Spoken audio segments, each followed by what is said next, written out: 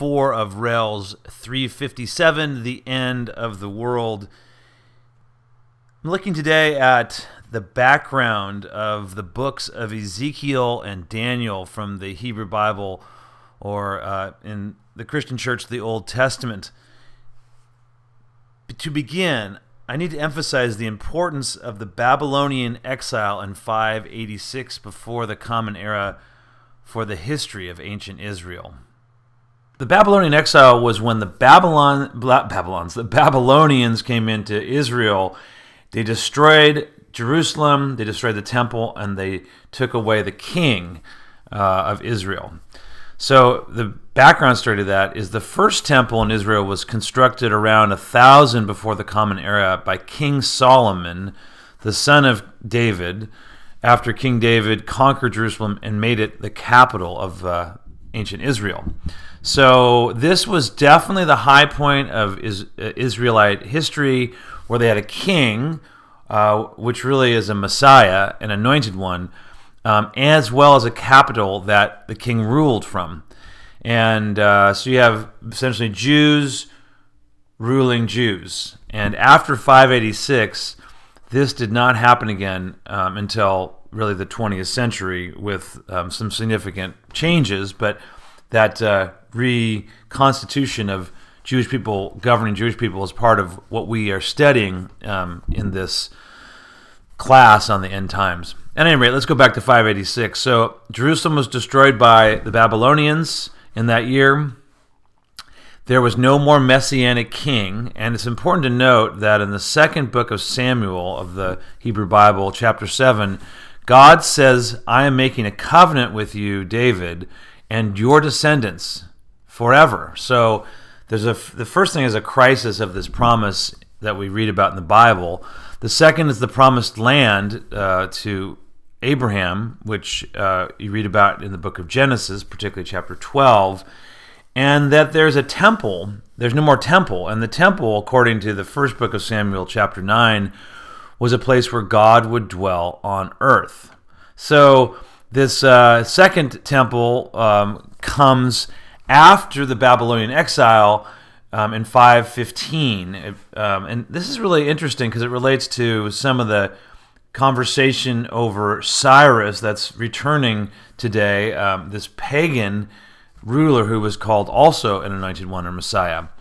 So after the Babylonians themselves are destroyed by the Persians, and particularly by the armies of King Cyrus, Cyrus comes into Israel around 538 before the Common Era. Or I should put it this way: Cyrus returns the people of Israel, especially especially the people who are captive, to their own land.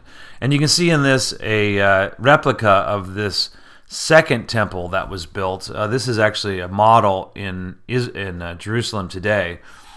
So in 515, the second temple is rebuilt. Never quite as glorious as the first temple, but still a temple.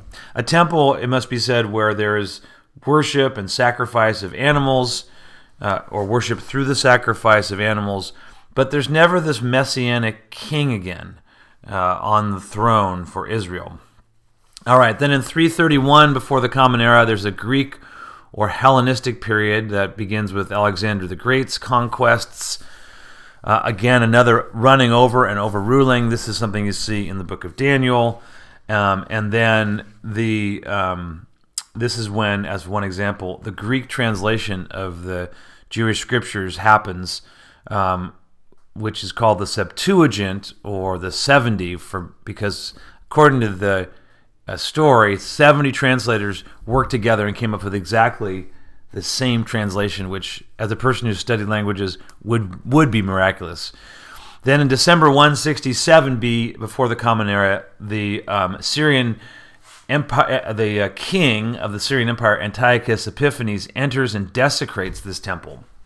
So by desecrating, I mean that he starts having animal sacrifice to pagan gods there, instead of the one God of the Israelites. And this is the background that most scholars see the book of Daniel, especially chapters 7 through 12, written in. And then in 164 before the Common Era, Judas Maccabeus cleanses and rededicates the temple. So you'll see that those kingdoms described in chapter 7 with the various visions of, for example, in verses 4 through 8, the winged lion, which seems to represent the Babylonian Empire, the bear, which represents the Medes, the four-headed winged leopard, the Persians, and the dragon-like beast seems to be the Greeks. And then the little horn is probably Antiochus Epiphanes, who gained his throne through uprooting others. So then in verse 9 of chapter 7, it says that the Ancient One, which is a image for God, God Himself, as it were. And this really is a male image with clothing white as snow and hair like pure wool and so on. He takes the throne. And then in verse 13, here's the most important part.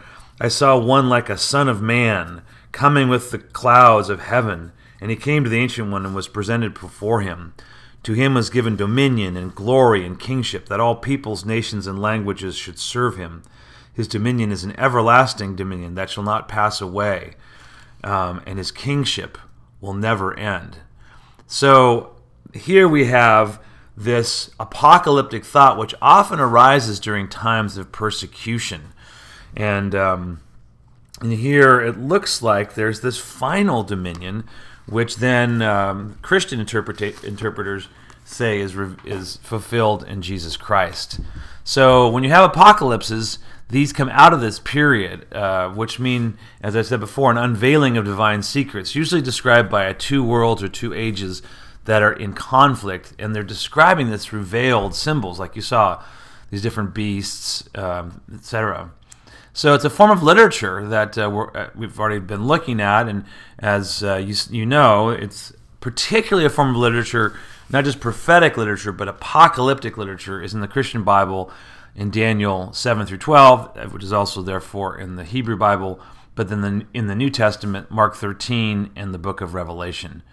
So I again will just recapitulate from Daniel 7 and also from Ezekiel 37, where where the dry bones are given new life, and Israel seems to be brought together, the northern and the southern, which had been separated, bringing together. You see the summary of Daniel 7, where these successive kingdoms of Babylonian, Medes, Median, Persian, and Greek are gone through in this vision, and then you have the Son of Man who brings an everlasting kingdom. So that by the first century, for the context of Mark 13, you get, and other passages in the New Testament, you get this apocalyptic literature that expresses intense interest in a Messiah, an anointed one, and now an anointed one, a Messiah who's divine at some level, who would restore Torah, that's the law, the teaching of Israel and the Jews, and would restore the land, in other words, would kick out the Romans. So these are all things swirling around when we get into the New Testament.